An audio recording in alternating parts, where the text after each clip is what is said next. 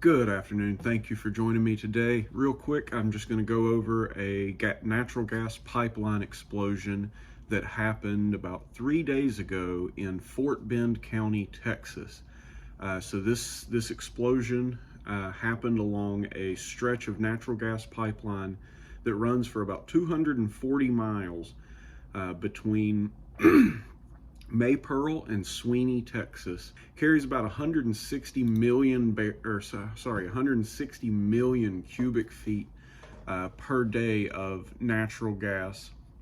I know that sounds like a lot, and it is, but in context, it's important to know that that accounts for about 0.2% of the United States overall consumption of natural gas.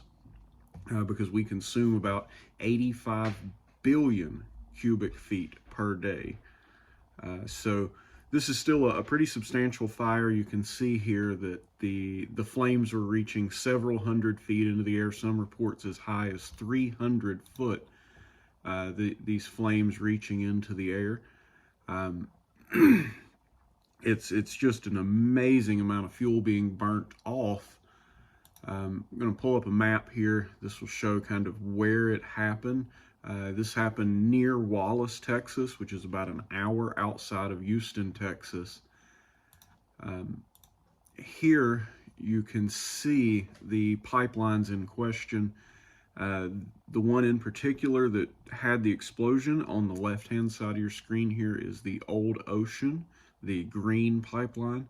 You can see on the map here, this kind of shows how this pipeline runs from roughly Fort Worth, Texas to about Houston, Texas, off by just a little bit. That's about, again, 240 miles. That would take you roughly 3.5, maybe 4 hours to drive, assuming you didn't hit a bunch of traffic. We got a few pictures from the scene. So this one, I mean, you can tell obviously this explosion happened where people normally are. So this is kind of in the middle of nowhere, but the explosion happened, I mean, basically right at the end of this road here. You can see humans could have been there. I guess it's fortunate that everybody can just drive straight to the scene of the accident. I think that's important to take note of, that, an explosion could happen anywhere along this huge stretch of pipeline. It happens to happen at the end of the road here. They don't currently know what caused it. The energy company that owns and manages it has said that they will continue to release information.